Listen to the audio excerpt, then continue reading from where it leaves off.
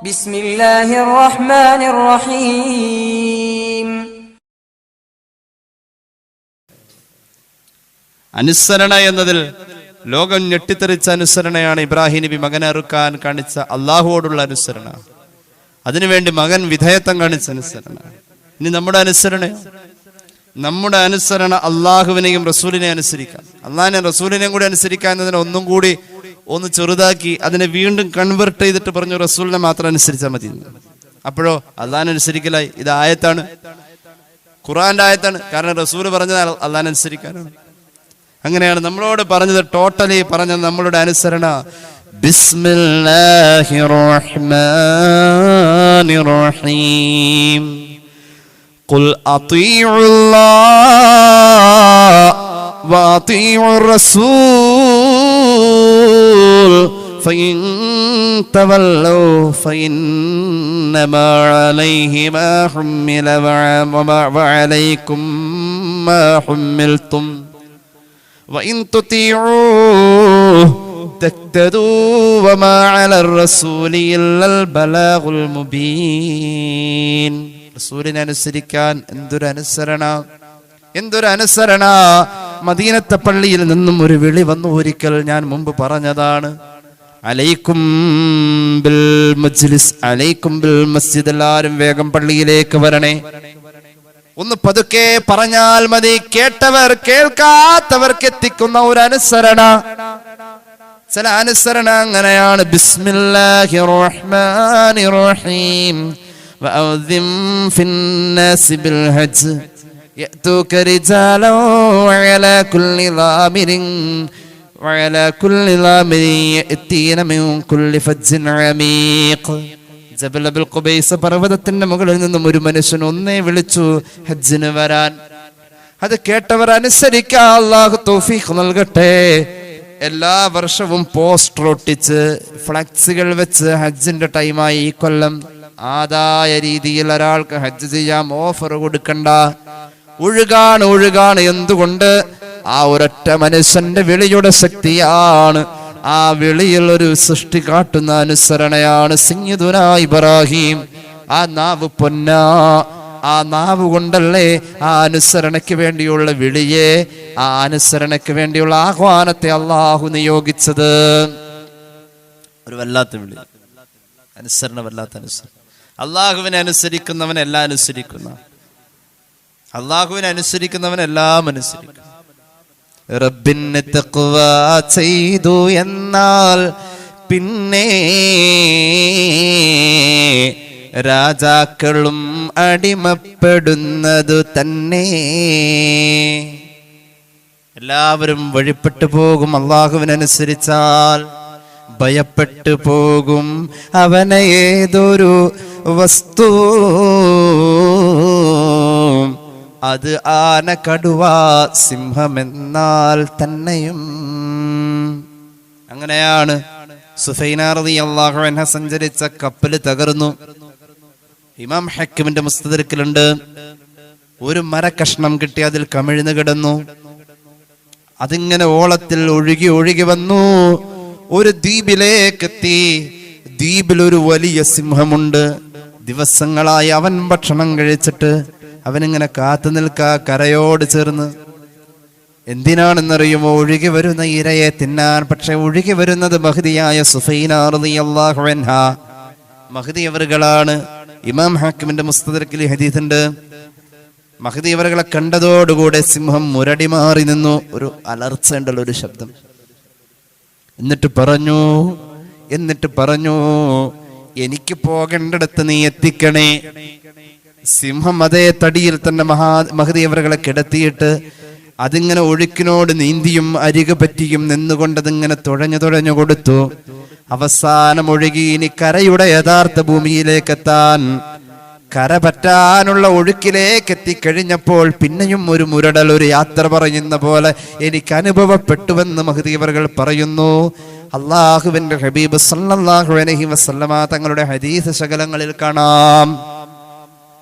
അനുസരണയാണ്. എല്ലാവരും അനുസരിച്ചേ പറ്റൂ. എല്ലാവരും അവനനുസരിച്ചേ പറ്റൂ. എല്ലാവരും അവനെ പേടിച്ചേ പറ്റൂ. അനുസരിച്ചു പോകുമല്ലോ.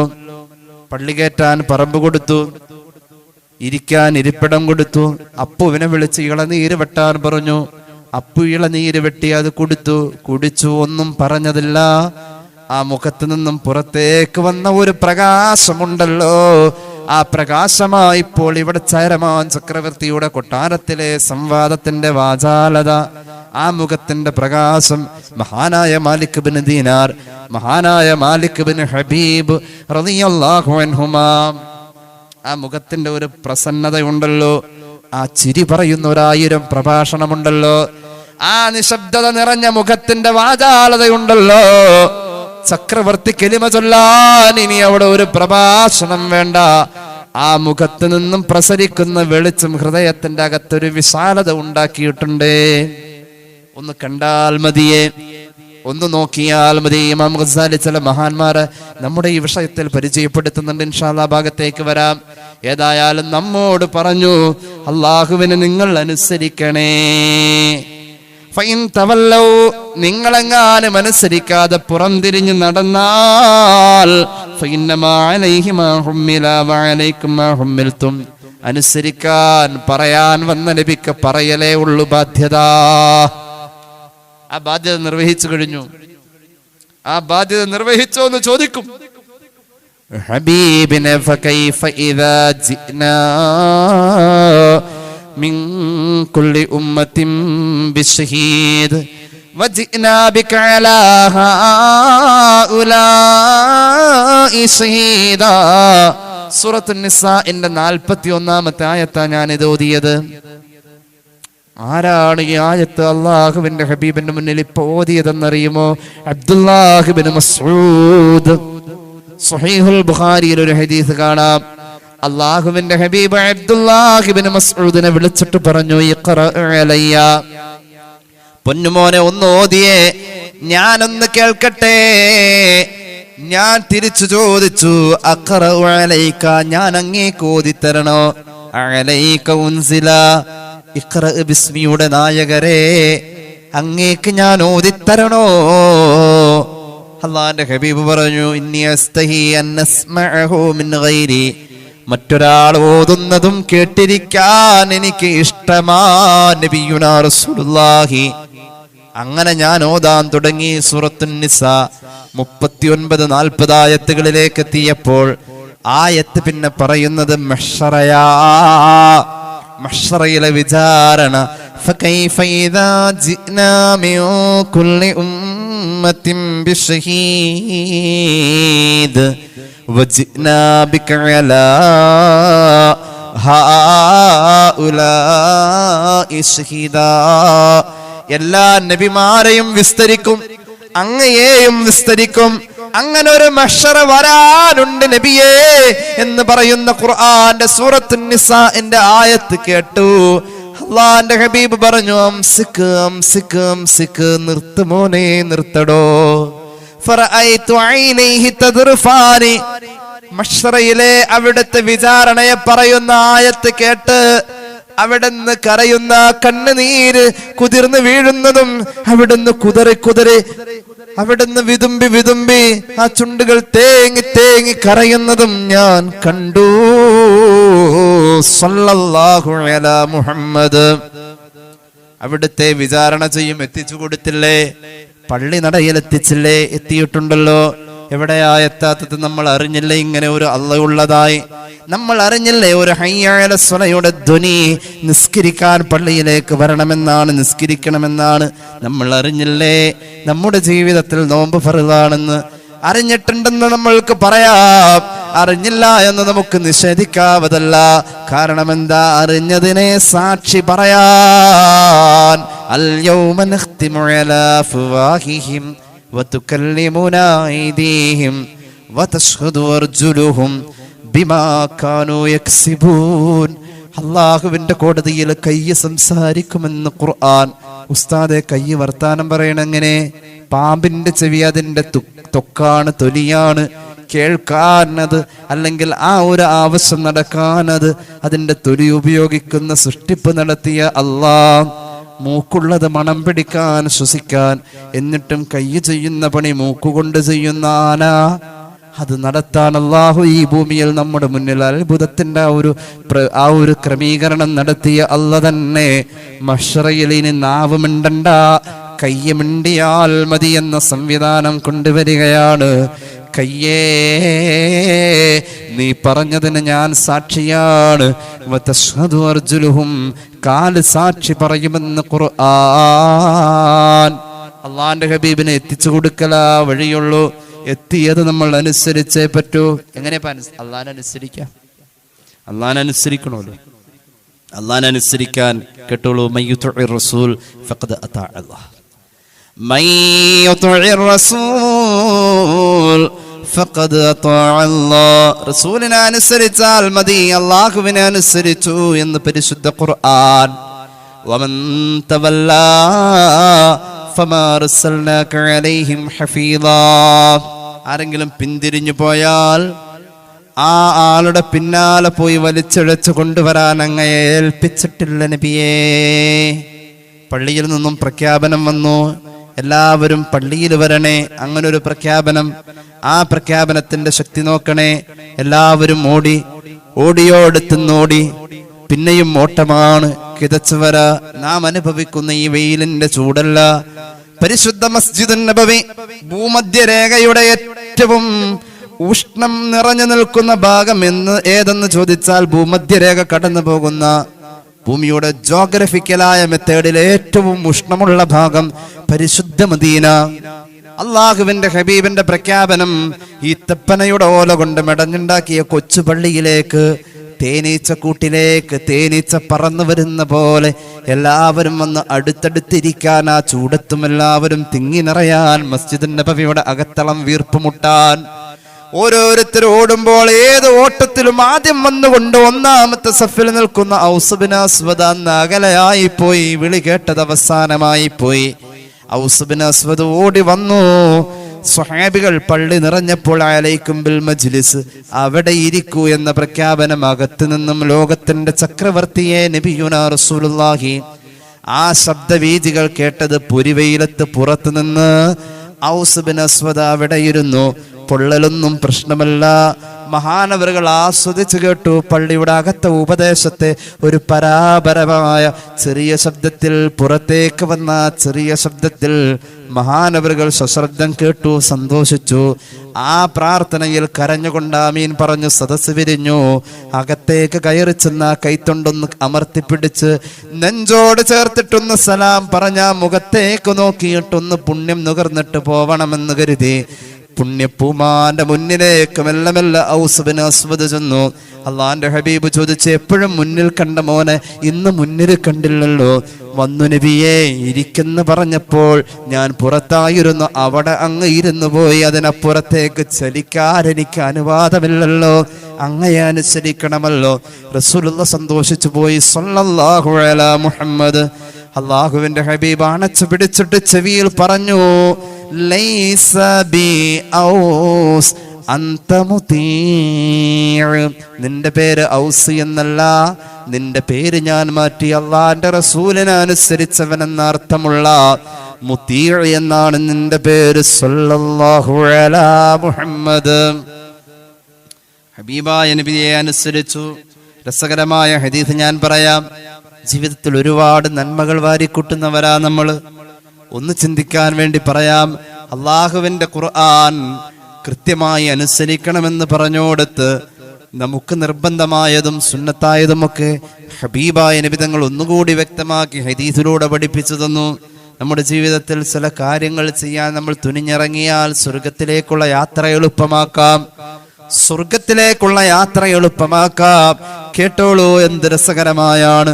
മുആദ് ബിൻ ജബൽ റളിയല്ലാഹു അൻഹു എന്ന മഹാനായ സ്വഹാബി അല്ലാഹുവിന്റെ ഹബീബിന്റെ കൂടെ യാത്രയാ. അപ്പോഴാണ് ഈ ഹദീസ് പിറക്കുന്നത്. ഇമാം തുർമുദിയുടെ ജാമിഉൽ കാണാം ഈ ഹദീസ്. മുആദ് ബിൻ ജബൽ എന്ന സ്വഹാബി റസൂലുള്ളാഹിയുടെ കൂടെ യാത്രയിലാ സ്വല്ലല്ലാഹു അലൈഹി വസല്ലം. അപ്പോഴാണ് ഈ ഹദീസ് ജന്മമെടുക്കുന്നത്. മഹാനായ മുആദ് ബിൻ ജബൽ റളിയല്ലാഹു അൻഹു പറയുന്നു, ഞാൻ ഹബീബിന്റെ കൂടെ യാത്രയാ. ഇന്നലെ രാത്രി മുഴുവൻ യാത്ര. സുബഹയുടെ നേരമായപ്പോൾ ഫഅസ്ബഹതു യൗമൻ ഖരീബൻ മിൻഹു. അന്ന് സുബഹയുടെ നേരമായപ്പോൾ നബിയോട് ഞാൻ ചേർന്നിന്ന ആ ഒരു അവസരം അതിന് മുമ്പൊരിക്കലും എനിക്ക് ഉണ്ടായിട്ടില്ല.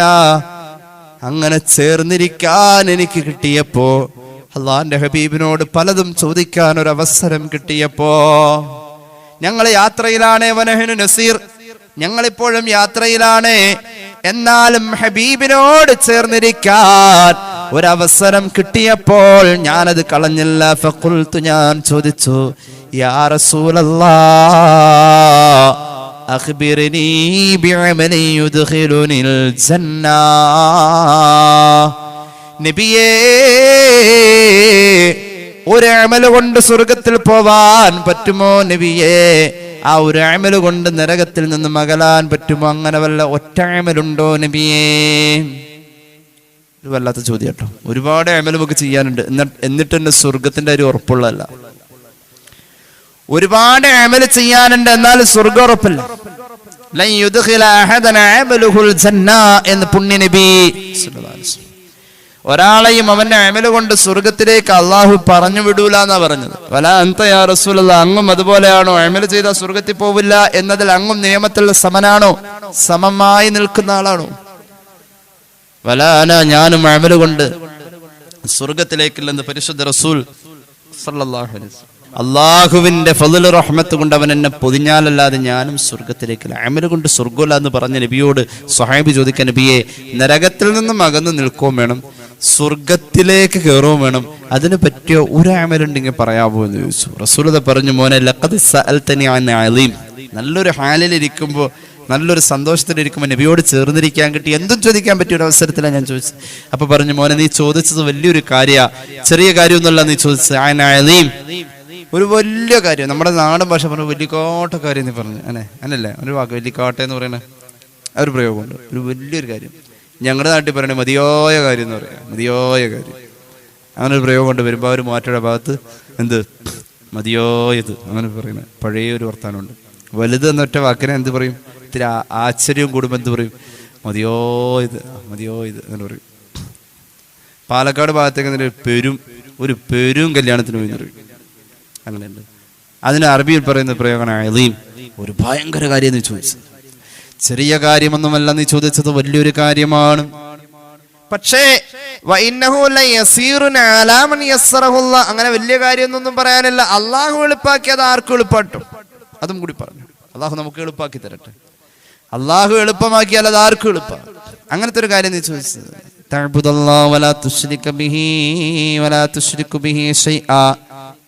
അള്ളാഹുവിന്റെ തൗഹീദ് നീ അംഗീകരിക്കണേ, ലാ ഇലാഹ ഇല്ലല്ലാഹ് നീ ചേരണേ.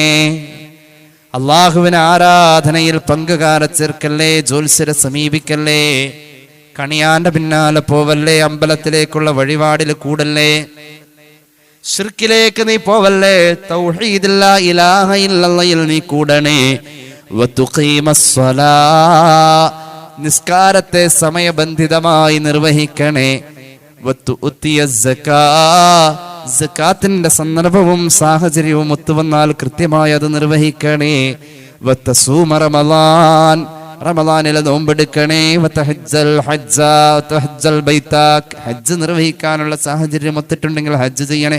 അതായത് ഇസ്ലാംകാരെ 5 ചെയ്താലാണ് എന്താവുള്ളൂ, ഒരാൾക്ക് വേഗം ഈ പറയപ്പെട്ട സ്വർഗപ്രവേശവും നരകത്തിൽ നിന്നുള്ള അകലവും. ഫർള ഈ പറഞ്ഞത് മുഴുവൻ അങ്ങനെ പറഞ്ഞത്, അതിൽ നിന്നും ഒഴിവായിട്ട് വേറൊരു കുറുക്കുവഴിയില്ല.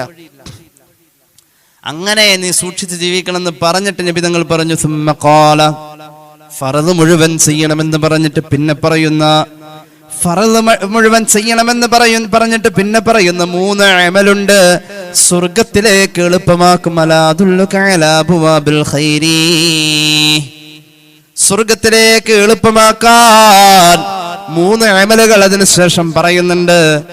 നേട്ടങ്ങളുടെ കവാടം തുറക്കാൻ, ലാഭത്തിന്റെ കവാടം തുറക്കാൻ, വലിയ കൂലിയുടെ പ്രവാഹം ഒഴുകിയെത്താൻ ഒരു വാതിൽ മുട്ടണമെങ്കിൽ അങ്ങനൊരു വാതിൽ തുറക്കാൻ 3 കാര്യങ്ങൾ ഞാൻ പറഞ്ഞു തരാം. അസ്സൗമു ജുന്നാ, നോമ്പ് നീ ശ്രദ്ധിച്ചു പിടിച്ചോ. ഫർളായ നോമ്പിന്റെ ഫർളിന്റെ കൂടെ ഒന്നങ്ങോട്ട് കനത്തില് ഒന്ന് കാര്യമായിട്ട് ശ്രദ്ധിച്ചോ. തെറ്റുകുറ്റങ്ങൾ വരാതെ അമലുകൾ ആത്മാർത്ഥമായിട്ട് സന്തോഷത്തോടുകൂടെ. റമളാൻ വരുന്നതിലൊരു സന്തോഷം ഉണ്ടല്ലോ, റമദാൻ വരുന്നതിൽ സന്തോഷം ഉണ്ടാവണം കേട്ടോ, ഇല്ലെങ്കിൽ സ്വർഗം കിട്ടൂല. റമദാൻ വരുന്നതിൽ സന്തോഷം ഉണ്ടാവണം. ഇതിപ്പോ ഈ ചൂടത്ത് എന്തുകൂട്ട ചെയ്യാല്ല, മഴക്കാലത്ത് റമദാൻ അങ്ങനെ ഒരു സിസ്റ്റം ഒന്നും ഇല്ല കേട്ടോ. ഇതൊക്കെ അനുഭവിക്കണം നമ്മൾ. 60 വയസ്സ് ജീവിക്കുമ്പോൾ ഏകദേശം ഒരു 50 റമദാൻ നമ്മൾ 50 കോലത്തിലെ പിടിക്കാം. 50 കോലത്തിലാ. റമദാന്റെ നോമ്പൊന്ന് ഇത്തിരി കൂടി ശ്രദ്ധിക്കണം, സൂക്ഷിക്കണം. കൂലി കിട്ടുന്നതാണോ അല്ലയോ എന്ന ഒരു പരിശോധന നടത്താൻ ഏതൊരു പ്രവൃത്തിയുടെയും ഒരല്പം മുമ്പ്, ഏതൊരു വർത്താനത്തിന്റെയും ഒരല്പം മുമ്പ് ഇത് കൂലി കിട്ടോ ഇല്ലയോ, ഇതുകൊണ്ട് ഞാൻ ഇടങ്ങാറാവോ, പടച്ചോനെന്നെ ശിക്ഷിക്കോ, ഞാനിത് പറയാൻ പറ്റോ ഇല്ലയോ, ഒന്ന് ആലോചിക്കാനുള്ളൊരു ബോധം, ഒരു വിവേകം മനസ്സിനെ നേരത്തെ പഠിപ്പിച്ചു വയ്ക്കണം. ഇപ്പൊ അവരവിടെ നിന്ന് വർത്താനം പറയുന്നുണ്ട്, ഞാനിപ്പോ അവിടെ കൂടിയാ ഞാനും അതിനകത്ത് എന്തിനും പറയേണ്ടി വരും. എന്നാ ഇവിടെ നിന്ന് അസ്സലാമു അലൈക്കും, ഞാൻ പിന്നെ വരാം എന്ന് പറഞ്ഞ് പതുക്കെ ഒന്ന് കൂട്ടായി പതുക്കെ പുറത്തേക്ക് കടന്നു പോവാ എന്നുള്ളതാണ് ഇപ്പൊ നമുക്ക് അവിടെ എളുപ്പം. അല്ലെ അവിടെ മറ്റേ ആളെ അവിടെ അറുത്തോണ്ടിരിക്കാരെ അല്ല കാക്കാനെ അവിടെ എന്ത് ചെയ്യാ, പച്ചയിറച്ചി ഒന്നും ഞാൻ പോയാൽ അവിടെ ശരിയാണെന്നെങ്കിലും പറയേണ്ടി വരും. അപ്പൊ എന്ത് ചെയ്യാ, അപ്പൊ ഒരു ഹിക്കമത്ത് കാണിക്കുക, എന്ത് കയ്യിൽ വാച്ച് ഉണ്ടെങ്കിൽ അസ്സലാമു അലൈക്കും ഞാൻ പിന്നെ വരാട്ടോ. അപ്പൊ എന്തോ ഇത് പറയാനും നിൽക്കണ്ട, എന്ത് മൂപ്പരെന്തോ തിരക്കുള്ള ആളാ, അപ്പൊ വാച്ചിലേക്ക് നോക്കിയത് പിന്നെ വരായിരിക്കും, വരണോട്ടോ ഒരു കാര്യം സംസാരിക്കാൻ, ഇൻഷാ അല്ലാഹ്. ഇപ്പൊ നമ്മൾ പറഞ്ഞ മുഴുവൻ കൂലിയുള്ളതാണ്, ഇൻഷാ അല്ലാഹ് അതൊരു ദിക്റാണ്, ഞാൻ വന്നേക്കാട്ടോ ഇൻഷാ അല്ലാഹ്, അല്ലാഹ് നിശ്ചയിച്ചിട്ടുണ്ടെങ്കിൽ ഞാൻ വലിയ വരില്ല. അവര് വിളിച്ചത് ആ ഗീബത്തിൽ കൂടാൻ വേണ്ടിയിട്ട്, അത് മോശമായ വാക്കാണത്, പാപത്തിലേക്ക് ക്ഷണിച്ചതാണ്. ഒരു ഉദാഹരണമാണ്, ഞാൻ ഇനിയിപ്പോ വേറെ അത് ചിത്രീകരിച്ച് പറഞ്ഞതല്ല. ആലോചിച്ച് നോക്കണം, നമ്മുടെ മുന്നില് റമദാനാണെന്നൊരു തോന്നൽ വന്നിട്ടുണ്ടെങ്കിൽ ആ നോമ്പൊന്ന് ശ്രദ്ധിച്ചോന്ന് പരിശുദ്ധ റസൂൽ സല്ലല്ലാഹു അലൈഹി വസല്ലം സ്വഹാബിയോട് പറഞ്ഞു. നോമ്പൊന്ന് ശ്രദ്ധിച്ചേക്കണേ, നോമ്പൊന്ന് ശ്രദ്ധിക്കണം. 3 അമല് പ്രത്യേകം പറയാനുണ്ട്. ഒന്ന് നോമ്പ് ശ്രദ്ധിച്ചോണം, നോമ്പൊന്ന് ശ്രദ്ധിക്കണം, അതുകൊണ്ട് ഉപകാരങ്ങൾ ഏറെ ഉണ്ട് കേട്ടോ എന്ന് പരിശുദ്ധ റസൂൽ സല്ലല്ലാഹു അലൈഹി വസല്ലം. രണ്ടാമതൊരു അമല് പറഞ്ഞു, സദഖയെ കുറിച്ചൊരു ബോധം. പടച്ചോനെ എനിക്ക് സദഖ ചെയ്യാൻ പറ്റണോലോ, എനിക്ക് സദഖയുടെ കൂലി. നമ്മൾ എന്ത് കാര്യം ചെയ്താലും, ഇപ്പൊ ഉദാഹരണം, നമ്മൾ ഈ ക്ലാസ്സിൽ വന്നിരുന്ന ഈ സദസ്സിൽ ഒരാൾക്ക് ഇരിക്കാൻ ഒരു കസേര ഇട്ട് കൊടുത്തു, അവിടെ അള്ളാഹുവിന്റെ മുന്നിൽ രേഖപ്പെടുത്താൻ അദ്ദേഹം കസേര ഇട്ട് കൊടുത്ത കൂലി എന്നല്ല, അദ്ദേഹം ഒരു സദഖ ചെയ്ത കൂലി എന്ന് രേഖപ്പെടുത്താം. മനസ്സിലായില്ല? ഏതൊരു അമലിന്റെയും ബേസിക് കൂലി, അതിന്റെ പ്രതിഫലം സദഖ എന്ന പാക്കറ്റിലാ കിട്ടാം. ഇപ്പൊ നമ്മൾ ഒരാൾക്ക് എന്തെങ്കിലും ഒരു സഹായം, ഒരു ഉപദേശം കൊടുത്തു, അവിടെ അത് രേഖപ്പെടുത്തുന്ന ഉപദേശം കൊടുത്തു എന്ന ആണയിൽ പോലും അവിടെ വരുന്ന കൂലി സദഖയുടെ പാത്രത്തിലെ കിട്ടത്. സദഖ എന്നതാണ് ഏതിന്റെയും ഒരു ബേസിക്. സദഖ വലിയ അമലാണ്, സദഖ വലിയ അമലാണ്, സദഖ വലിയ അമലാണ്. അല്ലാഹുവിന്റെ ഹബീബ് സല്ലല്ലാഹു അലൈഹി വസല്ലം പഠിപ്പിക്കുന്ന ഒരു ഹദീസ് മഹാനായ ഇബ്നു റജബ് തങ്ങൾ അദ്ദേഹത്തിന്റെ ഫത്ഹുൽ ബാരിയിൽ രേഖപ്പെടുത്തുന്നുണ്ട്. സദഖ വലിയ അമലാണ്. മലക്കുകൾ അത്ഭുതപ്പെട്ടു. ഈ ഭൂമി ആടി ഉലയുമ്പോ ഈ ഭൂമിയെ പിടിച്ചു നിർത്താൻ പർവ്വതങ്ങളെ അള്ളാഹു പടച്ചു. പർവ്വതം കണ്ടുവന്ന മലക്കുകൾ, ആടി ഉലയാതെ ഭൂമിയെ പിടിച്ചു നിർത്തിയ പർവ്വതം കണ്ട മലക്കുകൾ അത്ഭുതപ്പെട്ടു. പടച്ചവനെ എന്തൊരു പാറക്കെട്ടുകളാണ്, അത്ഭുതപ്പെട്ടു. ജമ്മു കാശ്മീർ മുതൽ ആസാം വരെ വിശാലമായി കിടക്കുന്ന ഹിമാലയം കണ്ട് മലക്കുകൾ അത്ഭുതപ്പെട്ടു. അത്രയും ചെറിയ ഭൂമിയിൽ ഇത്രയും വലിയ പർവ്വതം. അള്ളാഹു പറഞ്ഞ അത്ഭുതപ്പെടേണ്ട അതിലും വലിയ സൃഷ്ടിയുണ്ട്. പർവ്വതത്തെ പൊടിച്ചു കളയാനുള്ള ഇരുമ്പിനെ അള്ളാഹു ഭൂമിയിൽ ഇറക്കി. പർവ്വതത്തെ പൊടിച്ചു കളയാണ്, പൊട്ടിച്ചു കളയുന്ന ഇരുമ്പുകളെ കൊണ്ടുവന്നു. കല്ലിനെ പൊട്ടിക്കുന്ന ഇരുമ്പ് വന്നപ്പോ മലക്കുകൾ ചോദിച്ചു, പടച്ചവനെ എന്തൊരു ശക്തമായ സൃഷ്ടിപ്പാണ് ഇരുമ്പിൻ്റെത്. അപ്പൊ അള്ളാഹു ഇരുമ്പിനെ ഉരുക്കാനുള്ള തീ പടച്ചു. തീയിൽ ഇരുമ്പ് ഉരുകുന്നത് കണ്ട് മലക്കുകൾ ചോദിച്ചു, പടച്ചവനെ തീ എന്തൊരു ശക്തമായ സൃഷ്ടിയാണ്. അള്ളാഹു തീയിനെ അണച്ച് കളയുന്ന വെള്ളത്തെ പടച്ചു. മലക്കുകൾ വെള്ളം കണ്ടപ്പോ ചോദിച്ചു, പടച്ചവനെ ഇത്രയും കഠിനമായ സൃഷ്ടിപ്പുള്ള തീയിനെ അണച്ച് കളയുന്ന വെള്ളമോ? അള്ളാഹു ആ വെള്ളത്തെ പറത്തിക്കളയുന്ന കാറ്റിനെ പടച്ചു. തിരമാലയെ പറപ്പിച്ചു കൊണ്ടുവരുന്നത് വായുവിലെ മർദ്ദമാണ്, കാറ്റാണ്, അല്ലെങ്കിൽ വേറെ ഏതെങ്കിലും ശക്തിയാണ്. വെള്ളത്തെ പറപ്പിച്ചു കളയുന്ന കാറ്റിനെ പടച്ചു. അപ്പോൾ മലക്കുകൾ അത്ഭുതപ്പെട്ടു, പടച്ചവനെ എന്തൊരു ശക്തമായ സൃഷ്ടിയാണ്. അള്ളാഹു പിന്നെ സൃഷ്ടിച്ചത് ഇടത്തെ കൈയറിയാതെ വലത കൈകൊണ്ട് സദഖ കൊടുക്കുന്ന മനുഷ്യനെയാ അള്ളാഹു മലക്കുകളുടെ മുന്നിൽ പരിചയപ്പെടുത്തി. ഇതിലൊക്കെ ശക്തി അവന്റെ സദഖ എന്ന അമലിനുണ്ടെന്ന് അള്ളാഹു പറഞ്ഞു മലക്കുകളോട്. സയ്യിദുനാ റസൂലുള്ളാഹി ഇബ്നു റജബ് തങ്ങളുടെ ഫത്ഹുൽ ബാരി സ്വഹീഹുൽ ബുഖാരിയുടെ വ്യാഖ്യാനത്തിൽ ഹദീസ് പറയുന്നുണ്ട്. അപ്പൊ സദഖ ചെറിയ അമലല്ല. ഇപ്പൊ നമ്മൾ എന്തെങ്കിലും ചെയ്തു, ഇപ്പൊ ഇവിടെ നിന്ന് പോവാണ്, ഈ ഓഡിറ്റോറിയത്തിൽ മാറാമലൊക്കെ പിടിച്ചെടുക്കുന്നത് കണ്ടു. ഒരു അങ്ങനെ ഞാൻ വെറുതെ പറഞ്ഞാണ്, അങ്ങനെ ഇല്ല മാറാമലൊന്നുമില്ല. അപ്പോൾ ഉണ്ട് ഒരാൾ പതുക്കെ ഒന്ന് അടിച്ചു വരാന്ന് വെച്ചു. പള്ളിയുടെ മുറ്റത്തേക്കൊന്ന് രണ്ടുമൂന്ന് കരിയില കിടക്കുന്നത് വാരി കളയാന്ന് വെച്ചു. അത് ഇബാദത്തിന്റെ കൂലി കിട്ടണമെന്ന് ഓർത്ത് അവിടെ കരിയില വാരി എന്ന് പറഞ്ഞാൽ അത് ചെറിയ പണിയായിട്ട് നമുക്ക് തോന്നാം. പക്ഷെ അത് സ്വതക്കയുടെ പാക്കറ്റിൽ അത് കിട്ടാം, സ്വതക്കയുടെ പാക്കറ്റിലാ കിട്ടാം. അള്ളാന്റെ ഹബീബ് പറഞ്ഞു, ഒന്നാമത്തേത് 3 അമല് കൂടുതൽ ശ്രദ്ധിച്ചാൽ നിനക്ക് രക്ഷപ്പെടാം, സ്വർഗത്തിലേക്ക് വഴി എളുപ്പമാക്കാം. റമദാനിനത് നമുക്ക് സാധ്യമാം. ഈ 3 അമല് റമദാനിൽ സാധിക്കും.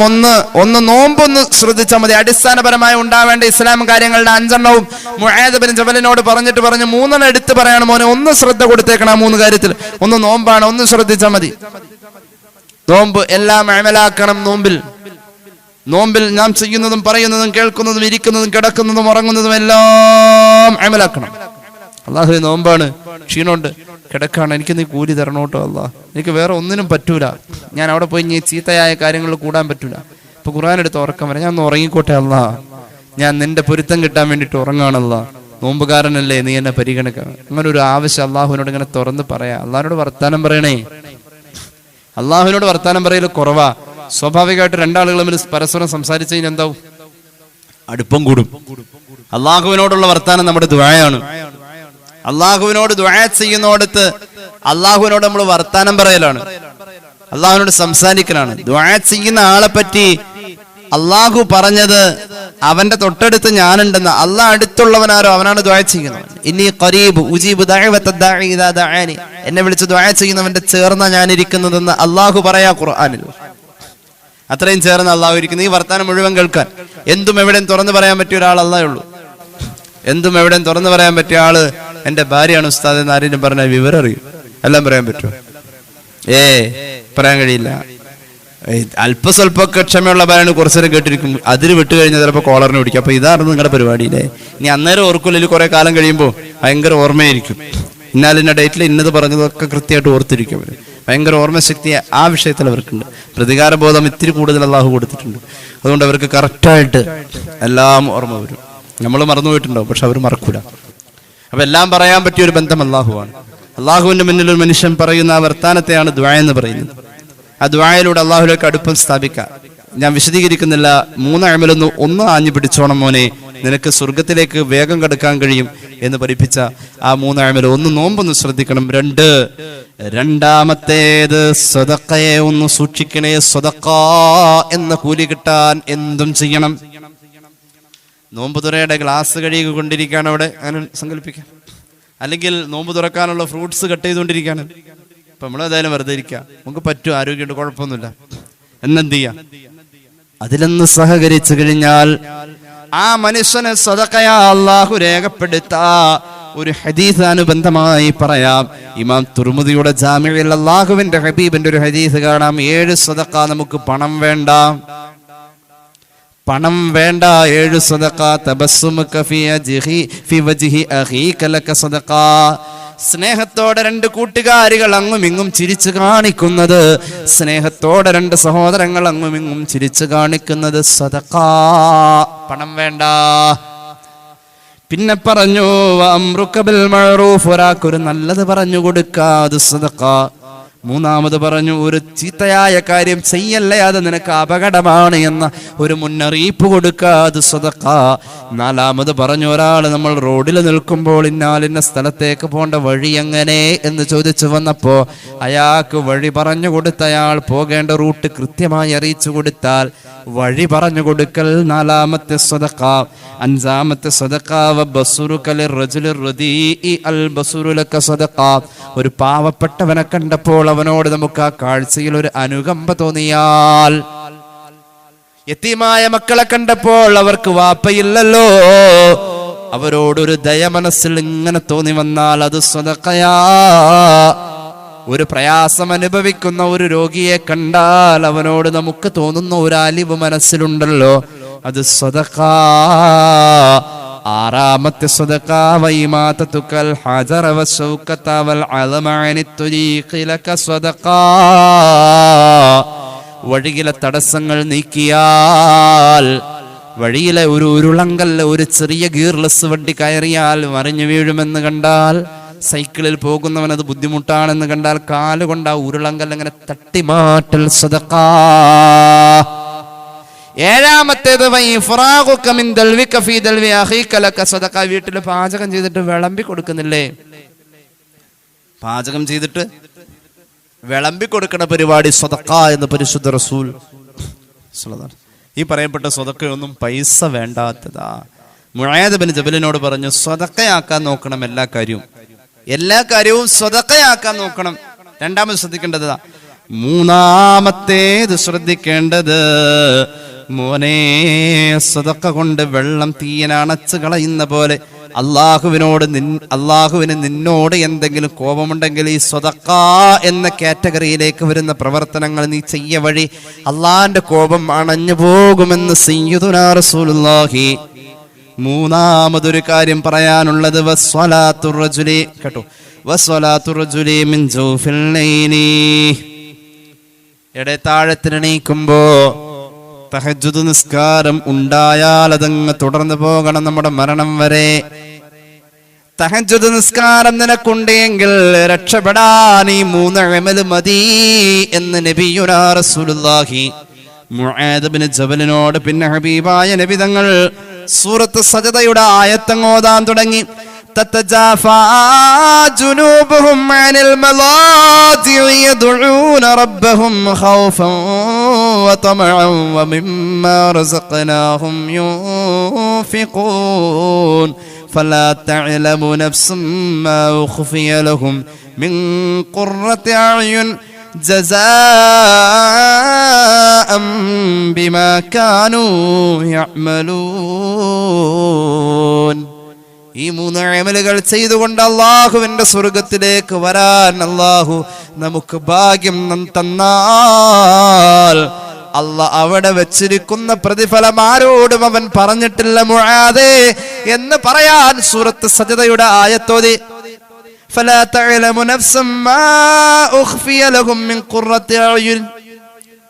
കണ്ടാൽ കണ്ണ് നിറയും, കണ്ടാൽ കണ്ണ് സന്തോഷിക്കും, മനം തുടിക്കും. അങ്ങനത്തെ ഒരു പ്രതിഫലം അല്ലാഹു വെച്ചിട്ടുണ്ട്. അതിലേക്കെത്താൻ ഈ 3 അമല് മതി എന്ന് പറയാൻ അങ്ങനെ ഒരു അമലിനെ കുറിച്ച് ഖുർആൻ പറഞ്ഞ ആയത്ത്, അങ്ങനെ ഒരു പ്രതിഫലത്തെ കുറിച്ച് ഖുർആൻ പറഞ്ഞ ആയത്ത്, ഈ 3 കാര്യങ്ങളുടെ ചേർത്ത് മുആദ് ബിൻ ജബലിനോട് റസൂലുള്ളാഹി ഓതി കേൾപ്പിച്ചു. ഒന്നുകൂടി പറയാം സ്വർഗത്തിലേക്ക് വഴി എളുപ്പമാക്കുന്ന 3 അമല്. നോമ്പ് ഒന്ന് ശ്രദ്ധിക്കണം, അതിന് പാളിച്ചകൾ വരാതെ, വീഴ്ചകൾ വരാതെ. 2, ഏതൊരു പ്രവർത്തനം ചെയ്യുമ്പോഴേ എനിക്ക് കൂലി കിട്ടണം, അതായത് സദഖ എന്ന കാറ്റഗറിയിലേക്ക് അല്ലാഹു അത് കബൂലാക്കണമെന്ന ഒരു നിയ്യത്ത്. മൂന്നാമത്തേത് പാതിരാവിന്റെ തഹജ്ജുദ് നിസ്കാരം. പാതിര വേണ്ട, സുബഹി ബാങ്കിന്റെ 20 മിനിറ്റ് മുമ്പ് എണീറ്റ് ഈസി ആയിട്ട് നടക്കുന്ന കാര്യം അത്. ആ 20 മിനിറ്റിന് 30 മിനിറ്റ് നേരത്തെ ഉറങ്ങിയാൽ മതി, ഒരു ക്ഷീണം ഉണ്ടാവില്ല. അള്ളാഹു തൗഫീഖ് നൽകട്ടെ. ഇനി എത്ര വൈകി കിടന്നാൽ ആ നേരത്തെ എണീക്കുന്ന ആളുകളുണ്ടാവും.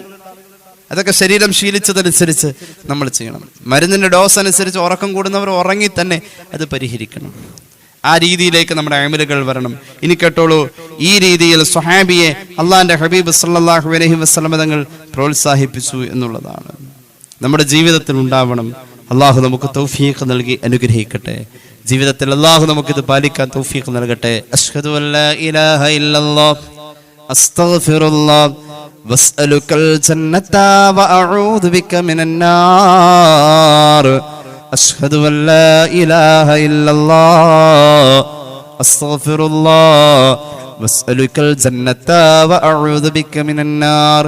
അല്ലാഹുമ്മ അർഹംനി യാ അർഹമർ റഹീമീൻ. اللهم ارحمني يا ارحم الراحمين. اللهم ارحمني يا ارحم الراحمين. قبولاക്കണേ അല്ലാഹ്, قبولاക്കണേ അല്ലാഹ്. പടച്ച റബ്ബേ, ഹജ്ജിന് പോവാൻ വേണ്ടി അപേക്ഷ വെച്ച് ഇപ്പോൾ 1 മാസം കീമോയുടെ ട്രീറ്റ്മെന്റുമായി ബന്ധപ്പെട്ട സഹോദരനും കുടുംബത്തിനും ഹജ്ജ് പാഴാവല്ലേ അല്ലാഹ്. അല്ലാഹുവേ റബ്ബേ, അതുപോലെ പലരും രോഗികളാണ്, ഹജ്ജിന് വേണ്ടി ശ്രമിക്കുന്നു, പാഴാവല്ല അല്ലാഹ്. അല്ലാഹുവേ, അവരുടെ ഹജ്ജ് എളുപ്പമാക്കുക അല്ലാഹ്. അവർക്ക് വേണ്ടി ഞങ്ങൾ ചെയ്യുന്ന ദുആ ബറക്കത്ത് കൊണ്ട് ഞങ്ങൾക്കും നീ ആ അവസരം നൽകണേ അല്ലാ. ഞങ്ങളുടെ ഹജ്ജുകളും നീ കബൂലാക്കണേ അല്ലാ. പടച്ചറബേ 10-35 വയസ്സ് പ്രായമേ ഉള്ളൂ.